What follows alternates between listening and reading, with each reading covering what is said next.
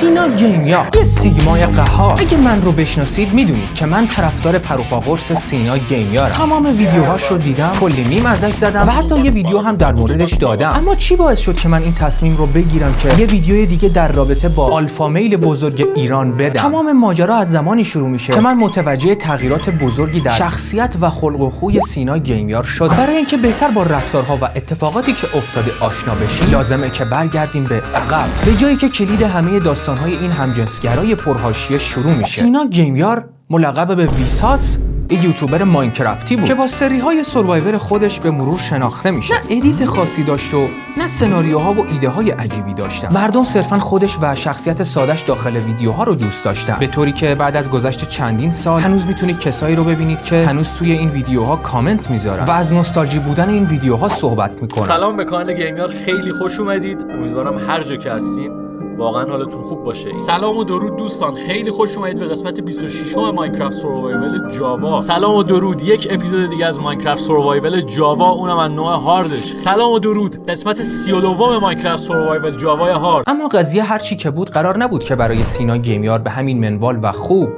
جلو بره. بعضی آدم‌ها توی اینترنت مسیر رشد رو طی می‌کنن، بعضیای دیگه هم کارشون تموم میشه. اما یه دسته سومی هم وجود داره که نه رشد میکنن و نه خیلی سقوطی میکنن، بلکه مثل یه قطار بدون راننده با سرعت 250 کیلومتر در ساعت وارد یه دیوار میشن. یه تصمیم بزرگ گرفتم، یعنی به محض اینکه یه نفر بخواد بگه ایران اینا که فلان جمهوری اسم، صدا رو قطع میکنم. یوتیوب فارسی داره به شدت گیم میشه. سینا گیمیار دقیقاً یه نسخه ایرانی از این مدل آدم‌هاست. آدم‌هایی که زمانی شوخی می‌کردن، میگفتن، میخندیدن، بازی می‌کردن، سرش توی کار خودش بود و آدم محترمی هم بود. ولی یه روز خیلی عادی از خواب بلند شد و تصمیم گرفت که نرمال بودن رو ببوسه و بذاره کنار و تبدیل بشه به یه نسخه اینترنتی از یه نقل قول زن ستیزانه انتلکتی که زیر عکس یه گرگ سیاه نوشته شده. یه چیزی بین سیگما، آلفا، دارک هیومر، من از همه زن ستیزتر و خفن‌ترم، همه NPC'n و توی ماتریکس گیر افتادن و من حقیقت رو میدونم و شما همتون پودنی. یوتیوب فارسی داره به شدت گیم میشه.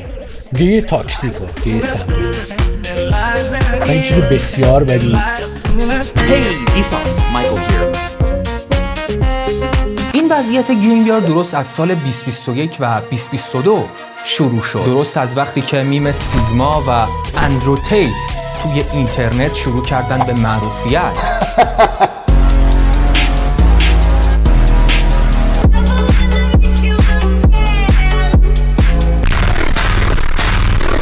اگه نمیدونید سیگما چیه، با مراجعه به لورپدیا به کسی گفته میشه که انقدر جهش ژنتیکی توی بدنش به وجود اومده که باور داره تمام دخترها هرزه، پولپرست و بی ارزشن و یه جورایی باور دارن که آخرین نسل دخترهای خوب نسل مادرهاشون بوده. گاهی حتی انقدر پیشرفت کردن که وجهه کاکلی وجودشون بر غیرتشون چنبره میندازه و حتی دیگه خانواده‌شون هم براشون اهمیتی نداره. درست بعد از آشنایی سینا با این ترند مزخرف اینترنتی و کاکاسنگی، ما شروع می‌کنیم به دیدن رفتارهای عجیب و غریب و چندشاورش. رفتارهایی مثل زدن کانال‌های متعدد، صحبت‌های به شدت زیاد در مورد جغ و خودارضایی، صحبت در مورد خانم‌ها، نه البته ببخشید، موجودات نحیفی که باید حتما پشت سینک ظرفشویی باشن، زدن سایتی با عنوان ماتریکس، عوض کردن بارها و بارها و بارها و بارهای کسب و کارش و دائم گفتن این که من از همتون باهوشترم و شما همتون خود ارضایی میکنید و جقی هستی. بهتون گفته بودم که این توبه میری از اون توبه میری ها نیست. تو طرفدار جمهوری اسلامی، تو طرفداری تو اون مردی که میشونه تو مترو کنار من میگه دیگه نمیصرفه، بدبخت شدیم نمیشه پول در آورد فلان بهونه هر چیزی بگیری. من از خودم میپرسم تو کی هستی؟ ایشو سیبیل من ریخته، دوستم داغونه تلفیه. دقیقاً از 1 سال پیش عقاید عجیب و غریب و رفتارهای مودیوارانه اون به شدت بیرون زد. اون صحبت‌های تندی می‌کرد، حرف‌های بی‌فکری می‌زد، ادای آدم‌های باسواد و فرهیخته رو در می‌آورد. مثلا یه آدم چاق داره اونجا رد میشه، قلب و عروقش به مفاصل زانوش داره فشار میاد. آیا این هم تقصیر جمهوری اسلامیه؟ توی 1 سال چندین بار کسب و کار و محتوای چنل‌هاش رو عوض کرد.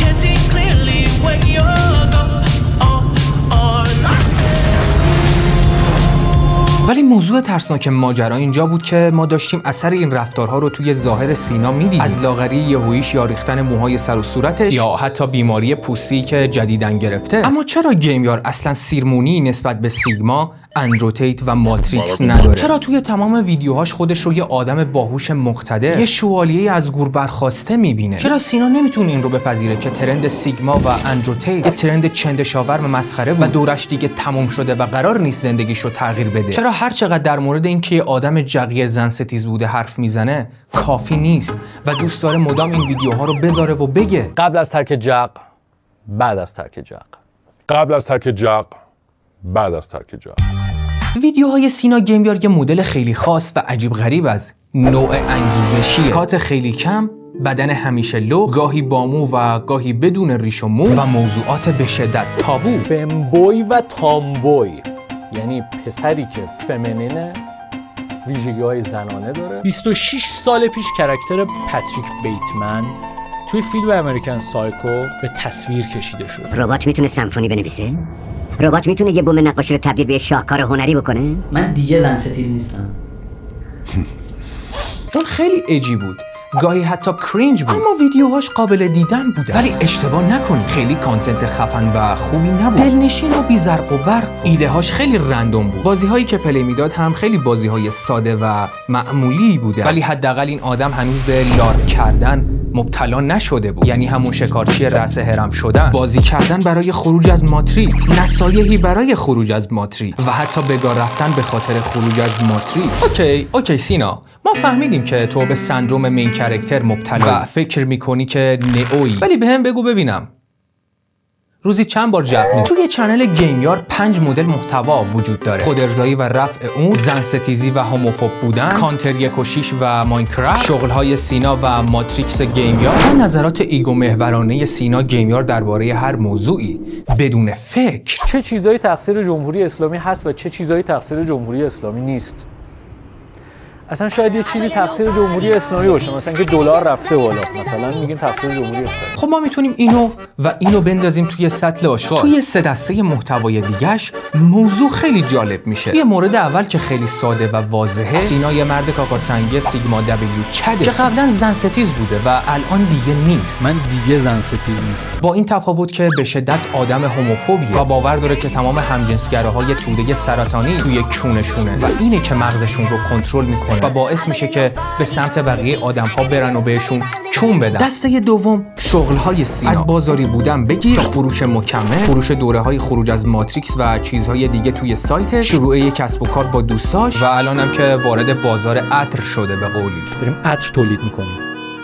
اسانسش رو به سفارش خودمون از گراس فرانسه آوردیم. ولی دسته سوم، نظرات مسخره و بیفکر سینا گیمیار. بخوام با شما صادق باشم، دلیل اصلی که باعث شد من این ویدیو رو بگیرم علاوه بر این که عاشق پولم، این بود که سینا گیمیار من رو یاد مسئولین کشور میندازه. یعنی خب میدونه که داره یه نظری میده، ولی واقعا نمیدونه که چه کلماتی داره از دهنش بیرون میاد. دلیل هیت و ویدیوهایی که راجع به سینا گیمیار داره ساخته میشه مربوط میشه به جنگ ایران و آمریکا. توی اون جنگ سینا گیمیار جزو آدم‌هایی بود که با یه سرعت خیلی زیادی وارد آپارات شد و شروع کرد به فعالیت، اما نه هر فعالیتی. شروع میکنه به ویدیو دادن در مورد اتفاقای داخل ایران، کشته شدگان و هر چیزی که مربوط به جنگ. 15 سالشه، 20 سالشه، عکس پروفایلش رو گذاشته شیر و خورشید و فکر میکنه اگه رضا پهلوی بیاد واقعا ایران جای بهتری. ولی اگه فکر کردید که اونجا دست از سیگما گیات بودن برداشته، کاملا در اشتباهی. تمام نظراتش داخل اون ویدیو واضحه و خودش رو یه جورایی بی‌طرف خطاب میکنه. ولی یه ویدیو هم در مورد پهلوی داره و اونجا خیلی مفصل‌تر در مورد بی‌طرف بودنش صحبت میکنه. تو داری عادی سازی میکنی. شات راجبش حرف میزنم، عقیده‌مو میگم. طرف داره دو آتیشه کینگ رضا پهلوی. اونجا بود که اعصاب مردم بدجور خورد میشه و سینا گیمیار دوباره وارد پلات لاین جدیدی از زندگیش میشه. اون میبینه که کسی نیست که اونجا در برابر مسکولینیتی مردانش خودی نشون بده. حتی یه جا هم برای اینکه جدی بودن خودش رو کامل نشون بده این رو به زبون میاره. اگه میخوای بحث سیاسی بکنی توی کامنت های ویدیوی من این کارو نکن. یه کانال بزن، چهره بسیار زیبا و نورانی و درخشان خودت رو در معرض دید عموم قرار بده. سینا جان، فکر کنم تو این رو متوجه نیستی که داری داخل یه برنامه دیکتاتوری فعالیت میکنی و اونجا تو زمانی میتونی حرف بزنی که یا خایمالیشو بکنی یا کلا تو سر توی کار خودت باشه. بعد از وصل شدن اینترنت، آقا سینای گل که الان وارد فاز جدیدی از پاتریک بیتمن سیگما آلفا میل بودن شده، به فضای یوتیوبش هم منتقلش میکنه. چیزی که عجیبه اینه که سینا اینو نمیدونه که با گفتن اینا قرار نیست همه براش کلاب بزنن و سر و دست بشکنن. بعد از این رفتارهای سینا و بعد از نظرات ضد و نقیضی مثل اینکه کشته شده های دیما کمتر از اون چیزی بوده که رسانه ها میگن، چند تا از بچه‌ها شروع میکنن به گیر دادن بهش. سینا گیمیار رو احتمالاً همتون میشناسید. یکی از قدیمی‌ترین یوتیوبرهای یوتیوب فارسی. سینا جباری که میاد راجع به عقاید سیاسی خودش صحبت میکنه. میتونم هر روز ویدیو درست کنم و بگم که چرا اینترنت قطعه نباید اینطوری باشه. حتی خود مخاطب‌ها هم بهش گیر دادن و حدوداً 1000 نفر هم آنسابش کردن. اما اینجا سینا گیار تصمیم میگیره که برای یک بار هم که شده آلفا میل بودن رو کنار بذاره و بقیه رو کیر خودش حساب بکنه و بهشون جواب بده. ولی چه جوابی داد؟ احساس دارید آدمای خوبی هستید، تضادتون هیچی نیست. من نمیگم بی‌شرفید، ولی احمقی. اون اومد و یه ویدیوی کاملا محترمانه گذاشت و معذرت خواهی کرد. معلومه که نه. دوباره شروع کرد به رخ کشیدن سواد ابر انسانیش، به نشون دادن مردونگی سمی و حرفهای چندشاور زدن و نگاه از بالا به پایین داشتن به مخاطب. ببین دوست خوبم، موضوعی نیست که حکومت چند نفر رو کشته. موضوع حتی این نیست که تو چی فکر میکنی یا من چی فکر میکنم. موضوع اینه که ما داریم توی کشوری زندگی میکنیم که نه من، نه تو و نه هیچ کدوم از مردم یه روز خوبم توی زندگیمون ندیدیم به خاطرش. تو بعد از 14 سال فعالیت توی یوتیوب هنوز این رو نفهمید که بعضی اوقات سکوت بهتر از جواب دادن. این نگاه شکارچی رأس هرمی داشتن، اونم توسط آدمی که 14 سال توی یوتیوبه و هنوز که هنوز 60 کی ساب داره و باور داره که اولین راه رسیدن به آگاهی اینه که برده ماتریکس نباشی، خیلی مضحک، مسخره و سطحیه. این مهم نیست که رسانه ها چه عدد و ارقامی میگن. این مهمه که حتی اگر 100 نفر هم کشته شده باشه به خاطر اعتراضی که حق طبیعیشونه کشته شدن. سینا جان، من میدونم تو چه جور آدمی هستی.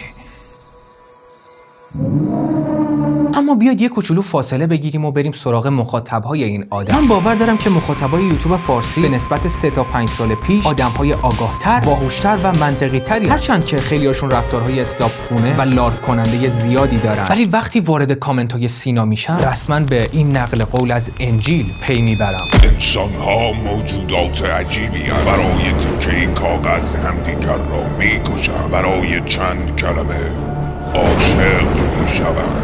برای چند عقیده از هم متنفر می‌شوند. عمر کوتاهی دارند اما طوری رفتار می‌کنند که انگار ابدی‌اند. هرچه بیشتر شما را مطالعه کردم کمتر توانستم شما را جدی بگیرم. من اومدم جیب خودم پر کنم، اومدم خودم باشم، ارضا کنم و حس درونی قدرت طلبی نمیگم برای شما کاری میکنم چون این دروغ بزرگه. سکس غیر ارگانیک چیه دیگه؟ ارضا کنم اون حس درونی قدرت طلبی نمیگم برای شما کاری میکنم چون این دروغ بزرگه. یه چیز خلاصه صرفاً میگفت همجنس. من نمیدونم، به من ربطی نداره، هر کاری که دلش میخواد بکنه به من ربطی نداره. من یه ویدیو هم درست کردم گفتم یوتیوب فارسی داره گی میشه. اولش گفتم گی بودن چیز بدی نیست، به خودی خود بگیم این یارو گی گردنشو بزنیم.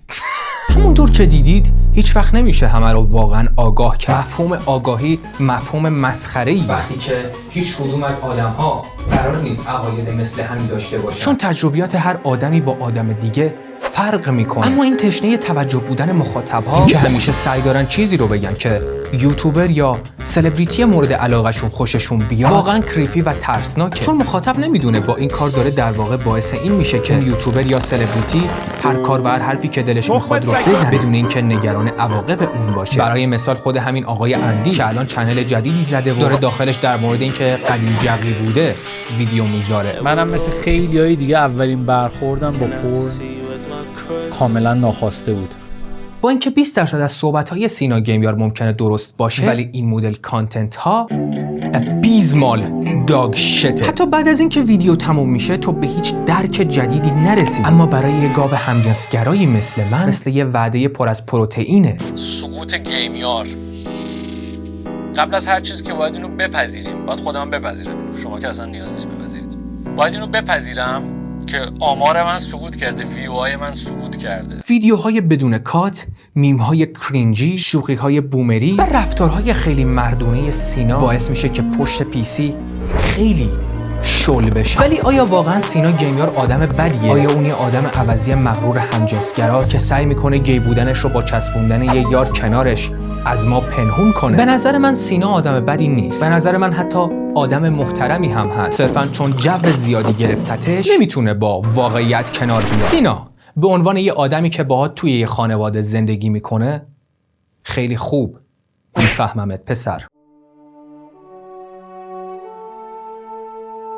من دیگه زن ستیز نیستم. من دیگه زن ستیز نیستم. من دیگه زن ستیز نیستم. من دیگه زن ستیز نیستم. من دیگه زن ستیز نیستم. من زن ستیز نیستم. من دیگه زن ستیز نیستم. من دیگه زن ستیز نیستم. من دیگه زن ستیز نیستم. من دیگه زن ستیز نیستم. من دیگه زن ستیز نیستم. من دیگه زن ستیز نیستم. من دیگه زن ستیز نیستم. من دیگه زن ستیز نیستم. من دیگه زن ستیز نیستم. من دیگه زن ستیز نیستم.